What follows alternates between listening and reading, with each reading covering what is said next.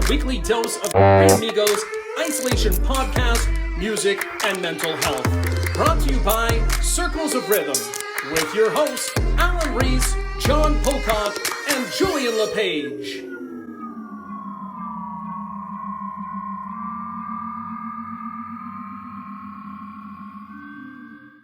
We're live, Alan. We're here.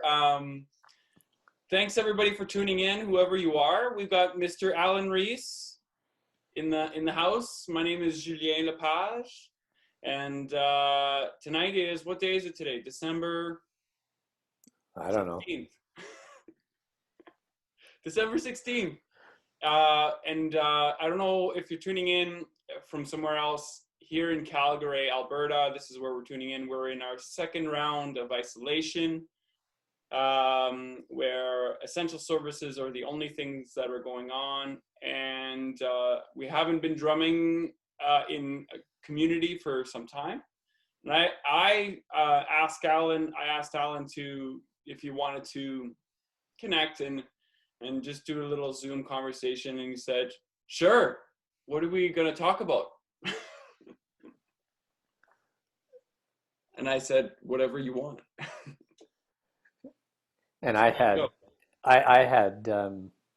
no desires. You're a man without desires. You've got everything you need. I'm getting old. Seems like the older I get, the less I desire. I remember being in my 20s and having great desires to be wealthy, desires to be famous. Yeah, I could go on about desires, but I won't. So when did that shift for you? What transition? What was the thing that made a difference? Or is it a positive one?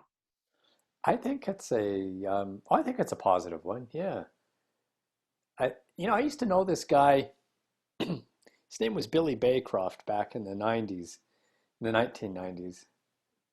Actually, yeah, early 90s. And he at one point in his life, he was a pirate, a sailor, a boat builder, and just a really interesting old fella. And he said to Jackie and I, I figured a couple things out in my life. Probably the most important thing I've ever figured out is I'm not going to be the Prime Minister of Canada. I'm not going to be rich, and I'm not going to be famous. So I'm just going to live my life. And he wanted for nothing. And I think that's a good place to be. So what does it mean to be a pirate these days? Well, he actually, he of course, he called himself a pirate in a tongue-in-cheek way, because he built a large wooden sailboat, a tall, like a square rigger, off Vancouver Island, and he sailed it all around. And he was just a very interesting, eccentric old fella. So he wasn't pillaging and taking over ships. No. But he's a pirate. I think it's it's like more of an attitude thing. Yeah. The art of not giving a shit. Yeah. Well, I guess, there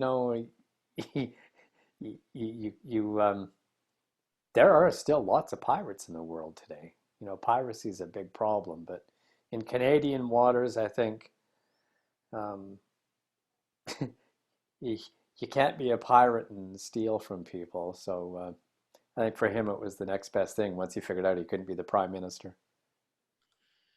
I think there's some truth in there, though, that we can probably learn from, is just like not wanting for anything, just to being content with what you have. And I think I don't know, I guess I'm right in the middle of it in my age stage of life, if you will, where you kind of look around. I just had a nice walk with my family tonight, and we walked kind of in a more affluent neighborhood close to us, and bigger homes, nice lights, people are getting ready for Christmas. And I find myself in that trap of like thinking of, wow, wouldn't that be nice? in terms of having a bigger yard and having nice big trees and, you know, whatever, the beautiful homes, $1 million homes. But then I stopped myself. I frequently in the walk, I stopped myself and I said, you know, I don't need that. I have a beautiful home, a beautiful family, and you know, I can quickly reframe in gratitude. But I think there's a lot of people out there that are unable to do that right now, Hmm. right?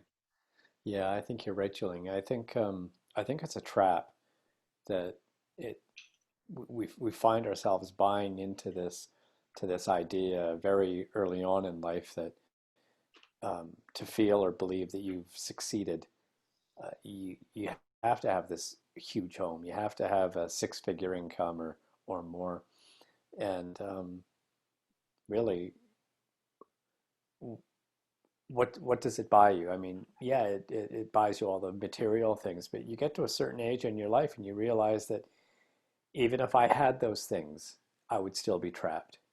You know, I'd be trapped by um, having, you know, worrying about how can I maintain this lifestyle now? How am I going to pay, uh, you know, a 21,000 or a $25,000 a year property tax? And it's it it's like the more the trappings, the more of the trappings that you succeed in achieving, the more trapped you become in the process. And I don't know. I find that I'll be 61 this December 28th, and I find myself thinking a lot about what I was like in my 20s and you know what I wanted and the direction I thought my life would go. And retrospectively, I'm glad it didn't go in the direction that I really wanted it to go, because then I too would be trapped by um, the objects of my desire, and I didn't want to go there. Instead, you got beautiful dogs that are getting excited at someone being home right now. Now, I was wondering if you could hear that. Jackie just let the dogs out, and there's always squirrels in the backyard. So as soon as she opens, it's either squirrels or magpies. She opens the door, and we've got um, an Australian Shepherd uh, Collie cross and a little Bichon Shih Tzu Yorkie cross, and they get going, man. They're just, you know, they want that squirrel, or they want the magpie. So how do you teach them to attack the magpies? Because I don't want magpies in my backyard. Well, yeah, I have never taught them that. I don't know why they go after them. It's less about the magpies and more about the squirrel. Yeah. They really don't like the squirrels. I think the magpies, they could, you know, take them or leave them. But it's it's the squirrels, especially. Those darn squirrels. To Yeah. live a dog's life. Hey, well, you know, so I think about this and I think about the progression and about kind of the trap and you know this about me. I've been doing my master's degree in social work, and some of the things that we talk about in the social work degree through the University of Calgary is, you know, the impact of colonialism in Canada, and just kind of more that Eurocentric type of worldview, the philosophy around capitalism, and just kind of the need for accumulation of goods and to overcome and to look at things in a competitive fashion. And you know, we're looking at this right now, and our government is throwing money at problems as much as they possibly can to try and, you know, make sure that the economy doesn't crash. This capitalistic society that we've created doesn't crash. And I'm worried. I don't know about you, but I don't know what the long-term picture looks like and how we're going to, you know, come out of this unless we start to shift that ideology in terms of, like, you know, moving away from capitalism and more into some sort of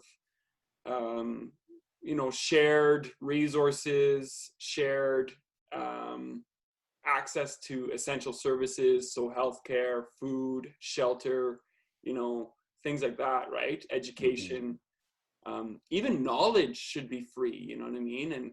and Yeah. we've put up these paywalls for information, and you've got this division of information and varying opinions based on people's access to information. It's really interesting. But so it's kind of like, how do you see all of this shift? I'd be interested to hear your perspective. Yeah. Well, it worries me, and again, it worries me not from my perspective, but from my children. I have a 31-year-old daughter and a 27-year-old son, and you have three young children. I worry about it from their perspective. Like, what's it going to be like um, when they're in their 30s? Well, my daughter is in her 30s, but when your kids are in their 30s and my daughter's in her 40s, what's life going to be like for them? Um, I, Thomas Piketty, a great French economist, doesn't sound like a French name, but on capital, he's written one of the greatest tomes of on capitalism. I think it's a 600-page um, text, and he goes right back to the start of the Industrial Revolution and looks at capitalism versus other um, ways that the economy can be structured. And his belief, and I haven't read enough of the book to be, to speak about it any more eloquently than I am now, which is probably pretty You're doing not fine. Keep eloquent. going. You keep But he basically says that capitalism is not sustainable. It just isn't sustainable, both environmentally and socially. Like, we just cannot continue with um, unconstrained growth and or unrestrained growth. We just can't. Um, and the divide between the haves and the have-nots, or the poor and the wealthy, is becoming ever greater in all societies. I think our barrier to shifting is our neighbor to the south is just so big and so anti-socialist and so pro-capitalist, and uh, that I can't see a huge shift happening in Canada. Do you Not. think do you think a shift is necessary though? Do you think, like, because with that philosophy, and not to get too political, but I think with that philosophy of like taking over resources, and like, you look at Amazon, they're huge. You look at Mhm. Google, they're huge. You look at Apple, they're huge. And these growing fiefdoms or metropolis type of organization are really infiltrating all of these smaller businesses, and they're the ones that are thriving right now, right? And so I find it really interesting how we're putting out these little grants for small businesses to stay open, but in the meantime, these larger organizations are taking more and more control over the market and things like that. And I'm guilty as charged. Same I here. I use Google all the time, Gmail all the time. I use Amazon all the time. It's convenience, right?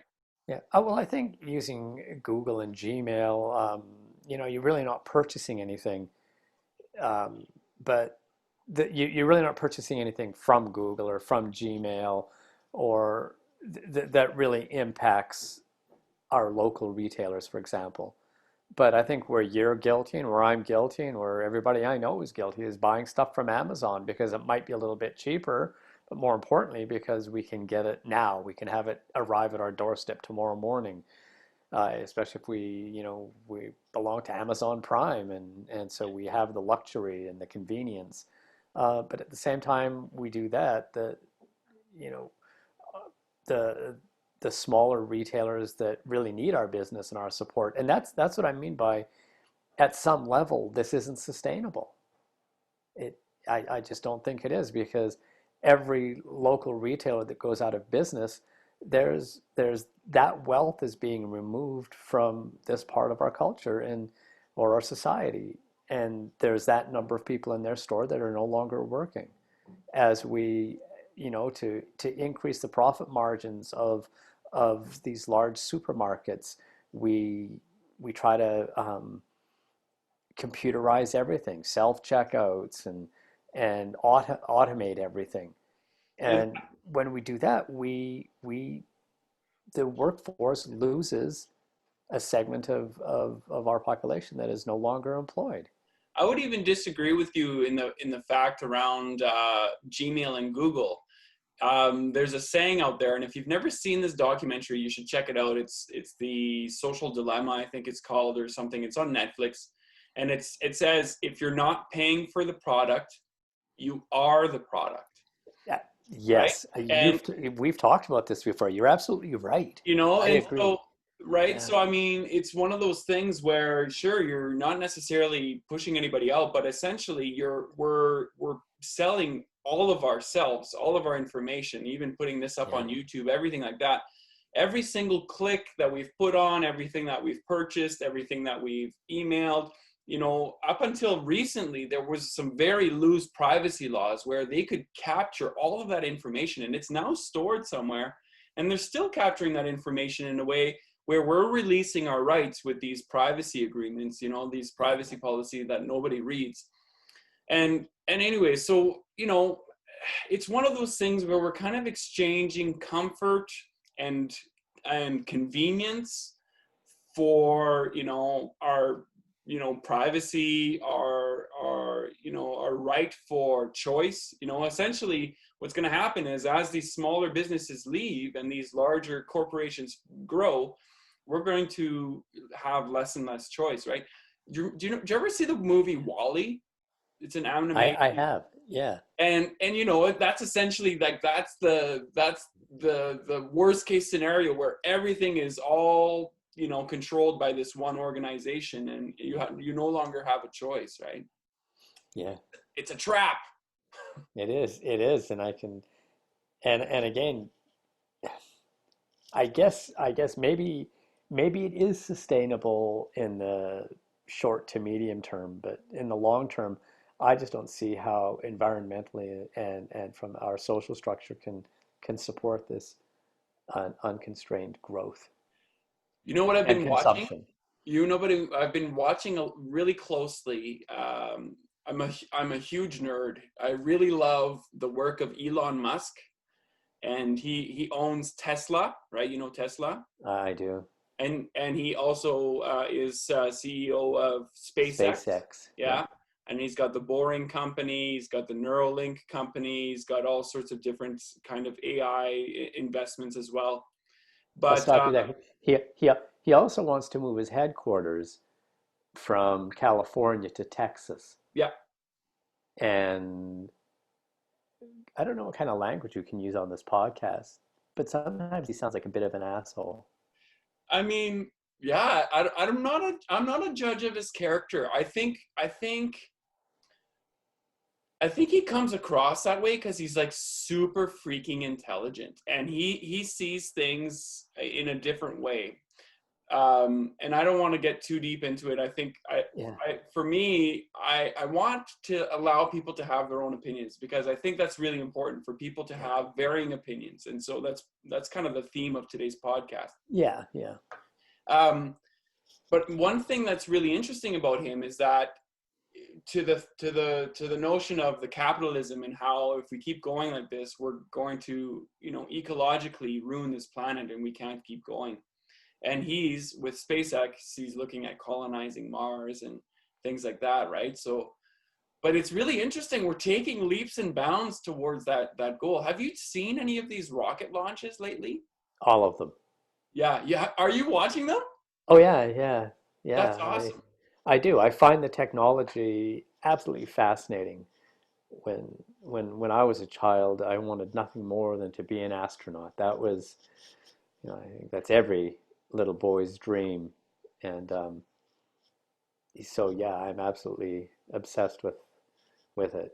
I Have you said, I guess when I made that comment about Elon Musk, um, you know, so much wealth and so much power is in the hands of so few individuals that he can almost hold that part of the American politics hostage by threatening to move his headquarters from this particular part of the country to Texas because they're more aligned with his political views and because of what's happening in California or what they would do from in Texas. And I can't remember all the details, but again, so much power and so much wealth in the hands of so few people, I think is a dangerous place.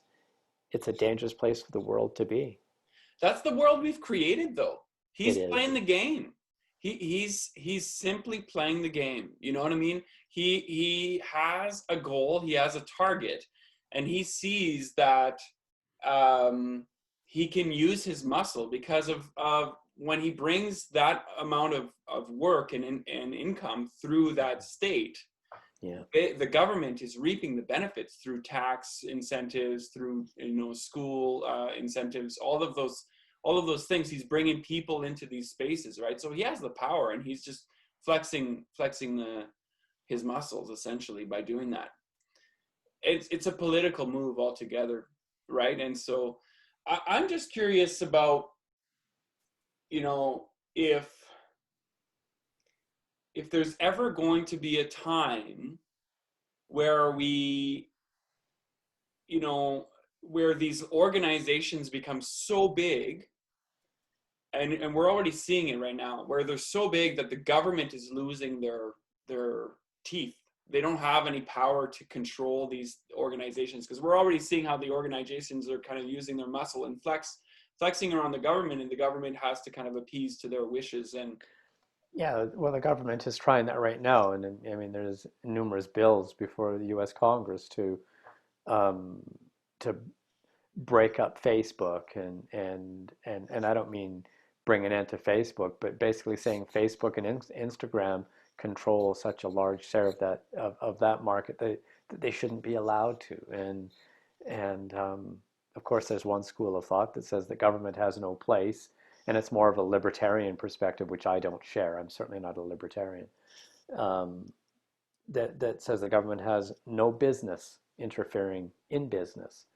And of course, I'm more of the belief that the government has every right in controlling many aspects of business, because I get it. There are some very good, ethical, very wealthy men and women. Belinda Gates, Bill Gates, Warren Buffett. These are people who do amazing things with their money. And the Bill Gates Foundation, when Elon Musk, when he steps up and and and starts showing that same sort of social responsibility, then and he certainly doesn't have to earn my respect, but that is when I would show more respect for Elon Musk, or the same respect that I hold for the likes of Belinda Gates and those people.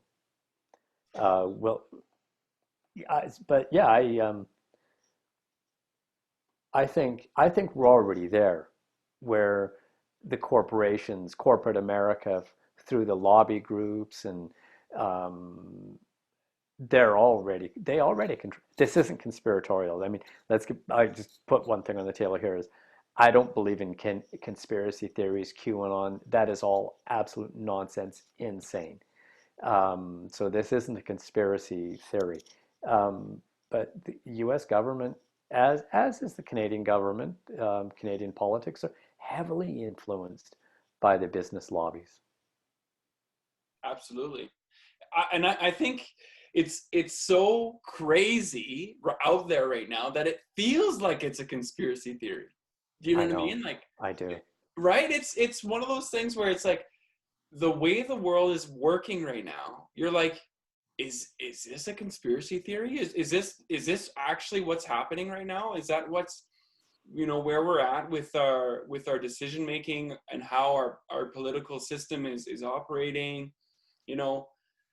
And one of the things that I really wanted to touch on, and it's funny how we're progressing into this. We talked about materialism, we talked about possession, we talked about capitalism, we talked about various ways of thinking and doing, but kind of being trapped by being akin to the US. And I see a trend. I don't know about you, but I have people in my circles, or not even in my circles, just around in general, everybody has an opinion about everything, including me. So what we're doing right now is we're having an opinion about something. Mm-hmm. But there's a lot of animosity that's happening, and where we're becoming more and more separated based on these varying opinions. Have you seen that? Mm-hmm. Yeah, I think that's part partly in response to the effects of social media. People have a platform now to share their opinions, whether it's through memes or writing whatever they desire on people's Facebook pages. And people today think that they're more informed than they've ever been in history. And I would disagree. We aren't more informed. We're more opinionated, but we're not necessarily more informed. And in What's fact, we're the probably difference? What's the difference between being informed and being opinionated?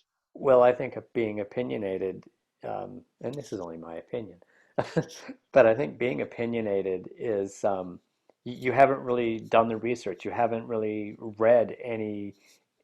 You haven't read a broad perspective of opinion pieces.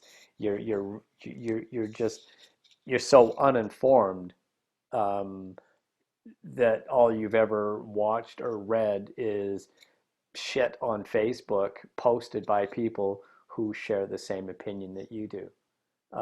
Whereas somebody who is very well informed, they've read literature from both the left and the right, the center. They've read literature from research journals, et cetera, et cetera. And they have an open enough mind to actually accept that perhaps their previous opinion or position on a topic was wrong. So let's stay here. I love this. This is exactly what I want to talk about.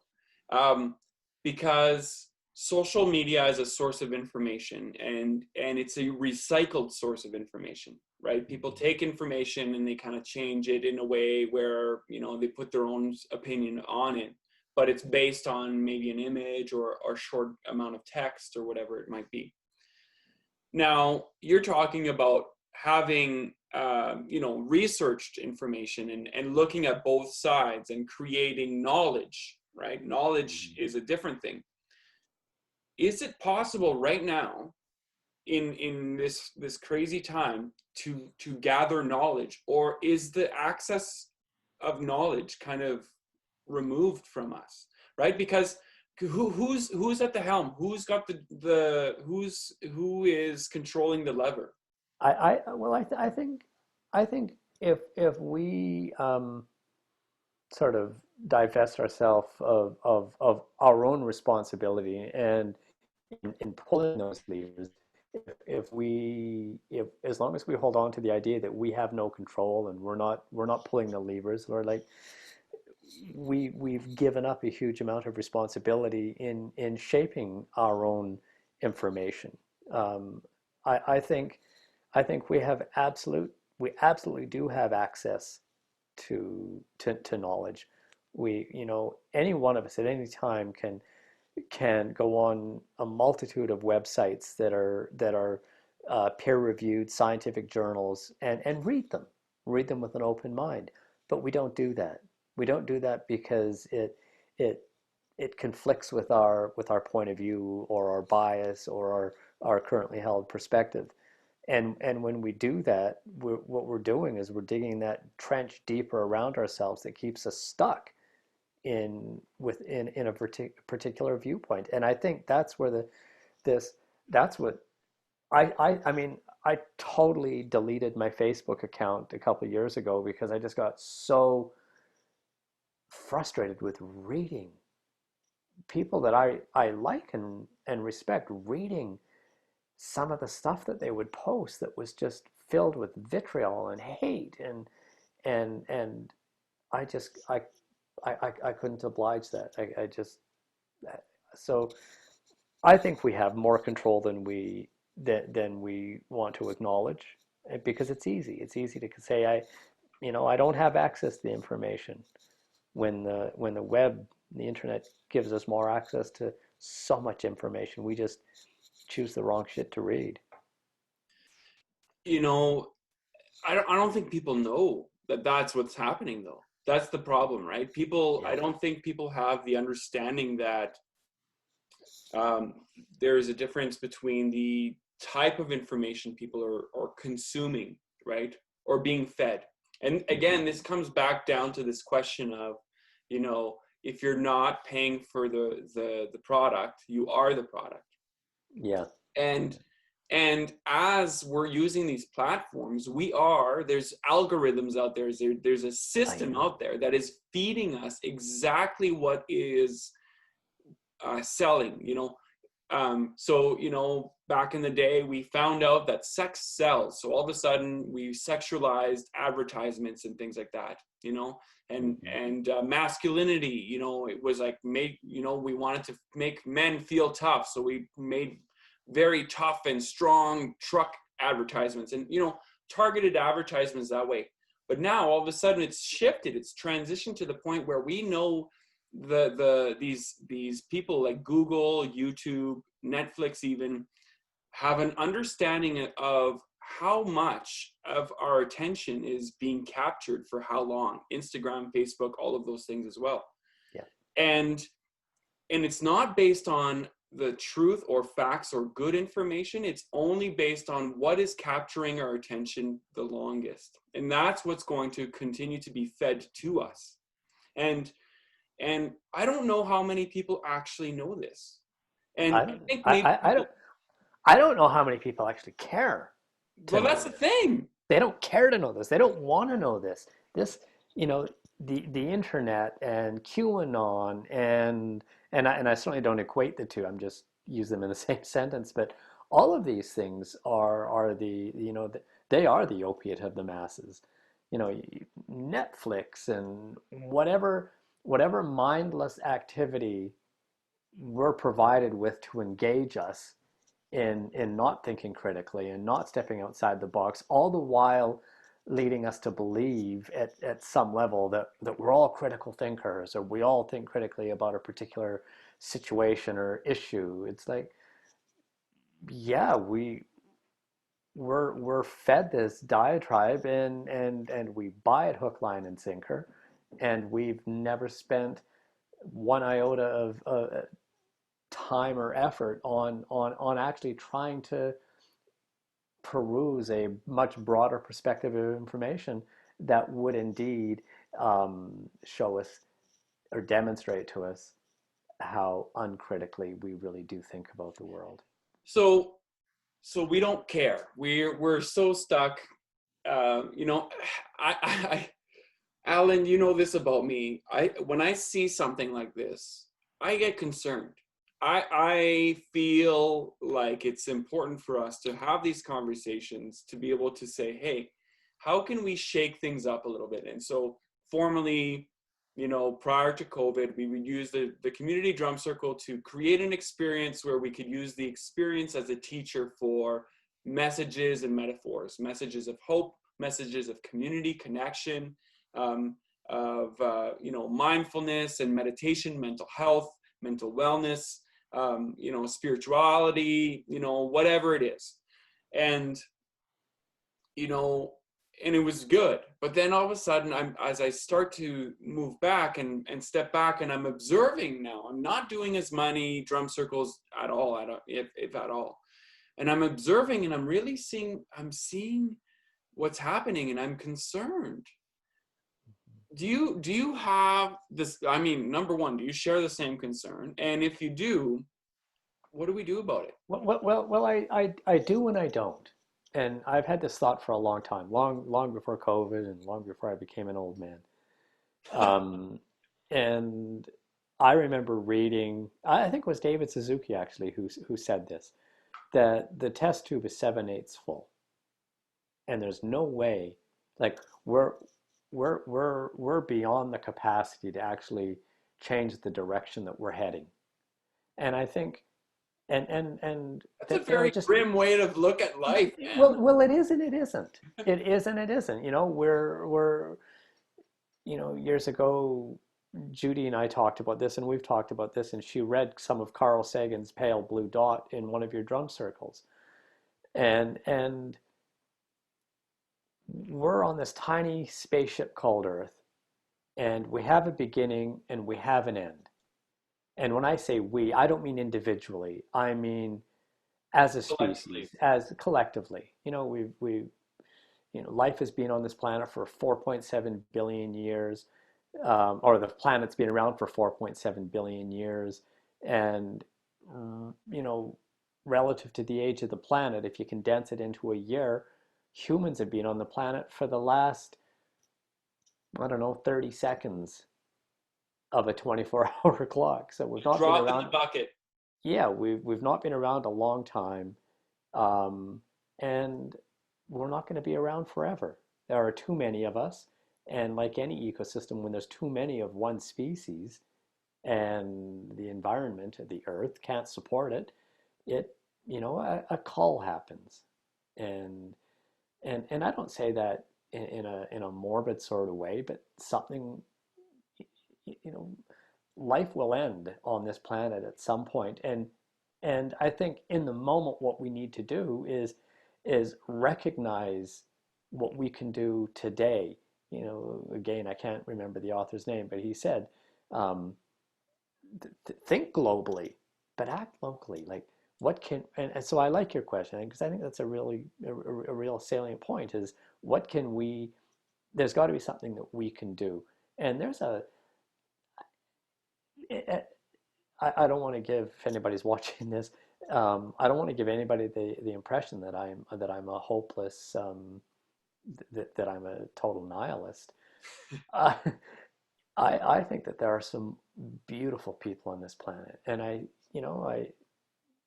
discovered those people in some of your drum circles, and I've seen these people on the news, and that do amazing things for society, and um, they for the environment. People that are so selfless in their approach to life that they really bring value to to to life on this planet. And so, as nihilistic as I might sound in how I see the world going, the direction that the world is going, um, I think we need to celebrate all the good things, all the wonderful things that we see today, and hold it with such be grateful for it. Be grateful that these people that are so much more altruistic than I could ever hope to be. And I just think that's what we need to hold on to. We are here for such a finite period of time, and now I am talking individually. Um, that's what we need to hold on to. What, like you said, what can we do? How altruistic can we be? And how can we see past the likes of Donald Trump and the far right, the type of people who, the type of thinking, and I don't want to say people, the type of thinking that keeps us mired in this sort of let's let's let's rape the planet, let's tear down the forests, let's do whatever we need to do to make as much money as possible so we can have these massive monolithic mega corporations. That will happen, but while it's happening, there are still things that we can do at the local level to make life um, more more sustainable, more enjoyable, more bearable for people. You know, I thank you for that. I appreciate that. I agree and I also disagree because some people would argue that raping the planet and pillaging of it of all its resources and making income is enjoying their time that they have on the planet, right? Some people would argue that. I agree. They Um, would. Yeah, right? And they so, do. um, but at the same time, though, I think, you know, there's something that can be done where eventually there's going to, my hope, you know, I'm a hopeless romantic when it comes to the hope for humanity. I really believe that in the common good, in the good of humanity and people in general. And I believe that people are inherently good. And it's burned me a couple times, but um, you know, I think there's going to come a time where, you know, it's a dying race, if you want to call it that. It's Yeah. a dying amount of people where they have this ideology of, taking from others in order to improve their own personal situation without having that global perspective. So that's one thing. I think those people will slowly exit this planet over the years, and maybe perhaps not by choice, right? It might be come to the point where the planet gives us no choice and we have to make that choice, right? I think Homo sapiens has an inherent capacity for good. I agree with Absolutely. you. Homo sapiens, people aren't inherently good. People are inherently evil. People are inherently good. People are inherently happy because all of these capacities exist within each and every one of us at any one point in time. It's just that you and I and many of the people we know have chosen not to allow that inherent evil in them to be expressed in a way that is detrimental to society. But we all possess them. So Homo sapiens is it has the capacity inherently for both good and evil. And I I don't mean agree. evil from a religious text point Yeah, perspective. just good and bad, like causing good or harm to others or to Yeah. themselves. Yeah, I would agree. I think everybody has the capacity to do harm. Yeah. Absolutely, absolutely. I've done harm. You know what I mean? Yes, Like, we all have. right? Yeah. But I think I would like to. I hold this thing in my heart. I hold it in my heart so close that people want to be good. I think that the good is overcomes the wanting of doing harm. You know what I mean? I think that's just my I'm not I joking, like Alan. people who do good want to be good. Do you think that there's evil people out there that they're like, I want to hurt more people? Like, do you think those people are actually out there and they exist and they get off on that? Yeah. Or do you not think though that they in their minds think that they're doing good by doing harm, but it's like it's actually not good at all? Well, I think some are misguided as to what is good and what is harmful. Exactly. I think there are those people, but I think there are the people that, and I'm not just talking the sociopaths or the psychopaths or the antisocial personality disorders out there. I'm just saying that I think that there are people um, who have the capacity to do good. For example, somebody who has a capacity for doing great harm is a businessman who decides that they're going to tear down all the forests on the island of Borneo to grow um, palm oil plantations, and so they know that that is going to result in the death and destruction of a certain number of orangutans and some of the other lower primates in that forest. And they know it's going to affect some of the villagers who make a living in the rainforest. So that's causing great harm. And they know it, but they do it anyways. But they go home and they do where they're from. So let's say some of these companies are Middle Eastern, some of them are North American, some of them are European. They go home, these executives that are complicit in these decisions go back to their community, and the money that they get from the millions of dollars from these palm oil plantations, and this is one tiny small example, they put it into the local schools. They donate to local charities. It's like paying off their guilt. Um, so that's what I'm saying. They have the capacity for great harm, and they use that capacity. They act on it. At the same time, in the eyes of the people whose school they're funding, these are wonderful people. See, for me, and I agree with what you're saying. For me, I try to look at it in a more pragmatic way, where it's like if somebody had the choice and it was a very clear choice, and so You go down path A and you're going to cause harm to people. Or you go down path B and you're going to cause good to people. I would say that 99.9% of people are going to go with path B when to cause good.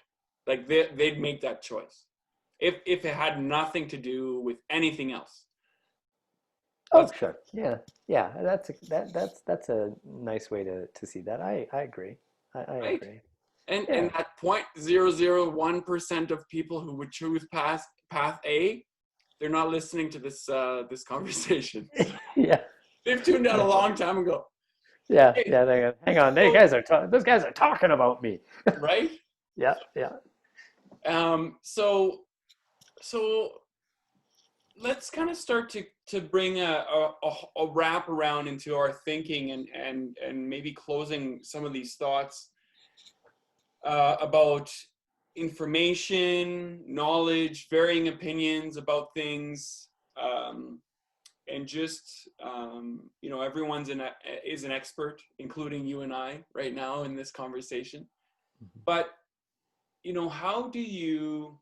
I don't know if you've experienced this, but how do you, or what advice do you have for people out there who have loved ones, for example, or people in their circles? Because what I've seen is that because of this everyone's an expert and everyone has an opinion about everything.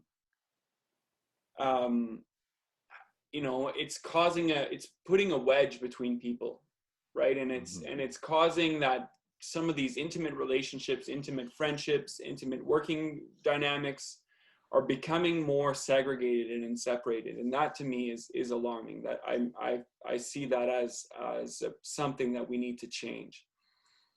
Do you agree with that? I do. Okay. And I think you I think we were instructed probably 2000 or so years ago by Socrates when he said, all I really know is that I know nothing. Right. And I think that's the starting point. I think that's what we need to do.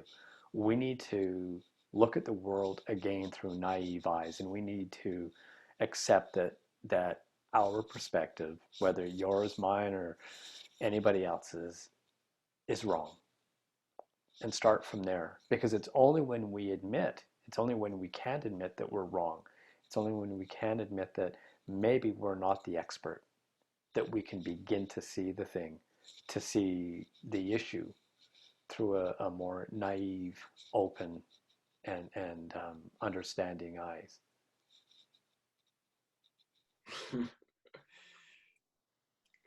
We can wrap up this podcast in the last 15 seconds. You nailed it, man. I agree. I completely agree with you, Alan. I think we need to, number one, allow ourselves to listen to other people. Yes. And allow ourselves to acknowledge that this is their truth, and it's true to them. And even though it's varying from our truth or our understanding or our reality or our perspective of what is to be true, if we're going on what your last statement, we need to just allow ourselves to have those conversations and to slow down the conversation. I've been working really hard on slowing down my conversations. I'm not good at that. I'm not really good at slowing down to the point where I can step back from myself and my emotions and look at what's actually happening here. What's the dynamic? I see somebody speaking from their hearts. I see somebody who's hurt. I see somebody who's angry. I see somebody who's afraid. And that's a big one these days. And then it helps me to have more compassion as I come back into myself, and I can respond in a more compassionate way. That's nice. Yeah, I like that. Just stepping back. Yeah, I don't know. It's like the stop skill in DBT, man. Right. Stop, take a step back, observe what's going on, and then proceeding mindfully. And many of us, the world could use more people proceeding mindfully. what does it mean to proceed mindfully in a conversation when there's varying opinions? I think once you've observed what's going on inside yourself, once you've observed your own anger, your own frustration, your own need to disagree, your own need to be right, once you've observed that by proceeding mindfully, we can then enter the conversation non-judgmentally, more engaged in the topic, and more engaged in hearing what the other person has to say. Because if we're not mindful of the conversation, if all we're thinking about is my next argument, is the next point that I have to make, I'm not listening to what you have to say. That's not mindfully engaged in a conversation. That's mindlessly engaged in your own rhetoric. I almost said rhetoric. Rhetoric. But it's true. I do believe that. And I think that that's a very difficult skill, but it's a very basic skill that we're never taught. We're never taught just to shut up and listen. I try to teach my kids that all the time. They don't listen. Yes. Anyways, that's just parenting, I think. But anyways. Yeah. I could go on here because we could go on, because I was just thinking of something you said at the very beginning that is a whole other discussion, and that is, you know, will we ever colonize another planet? And the reason why I think that that's a really important point is because for many of us, that's the escape clause.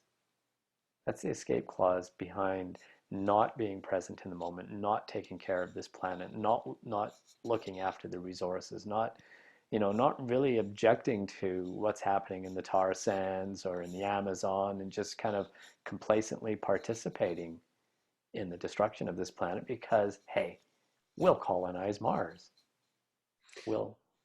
I'd be curious if we're going to repeat the same mistakes we've made in terms of shaping society. If we were to be successful in colonizing Mars, are we going to be able to use that stop skill and proceed mindfully in our approach to colonizing Mars?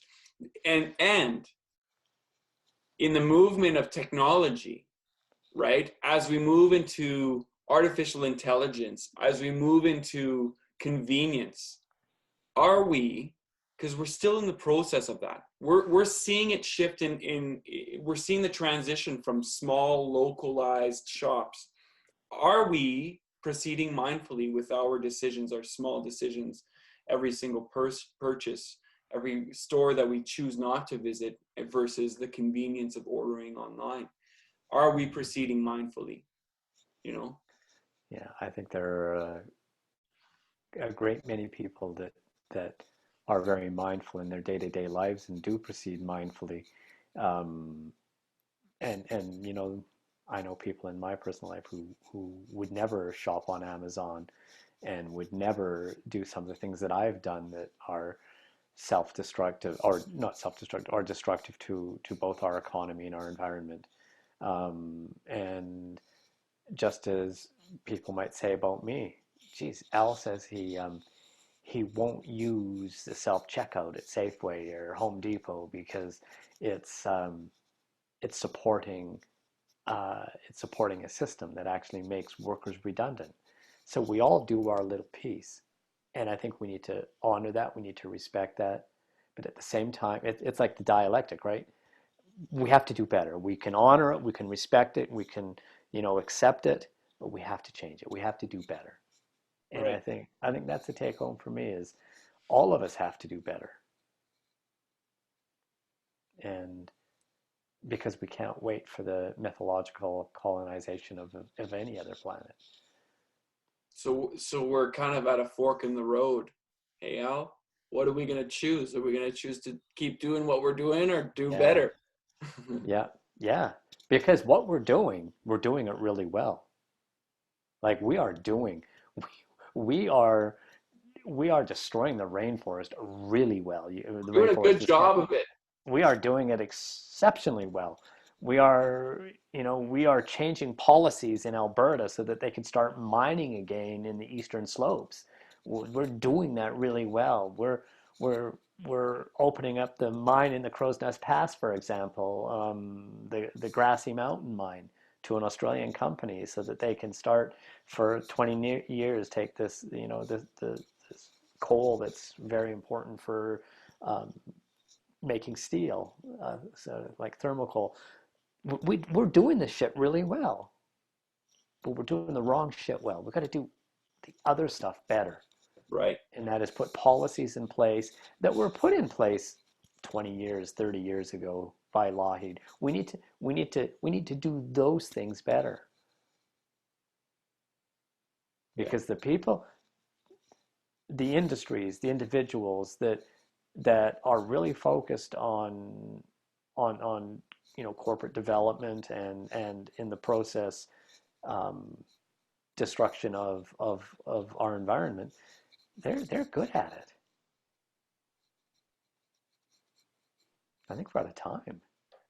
Alan, I agree with you. I think we can do better, but I think we should do this again. What do you think? Yeah, I enjoyed this. I'm Yeah. not sure if anybody else will enjoy it, but You know what? I enjoy it. To be honest, though, even if just one person walks away with this and just says, you know what, it's okay, I can make different choices, or maybe they get a little bit more compassion based on their relationship and the varying opinions of the people around them, and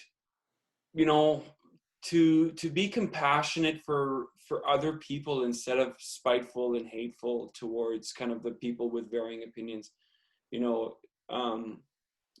It's a choice.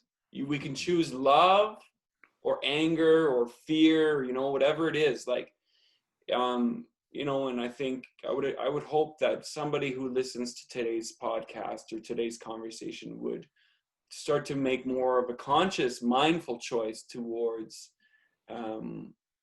maybe even a individualistic, from a micro perspective to a macro perspective, from a global perspective, to choose love.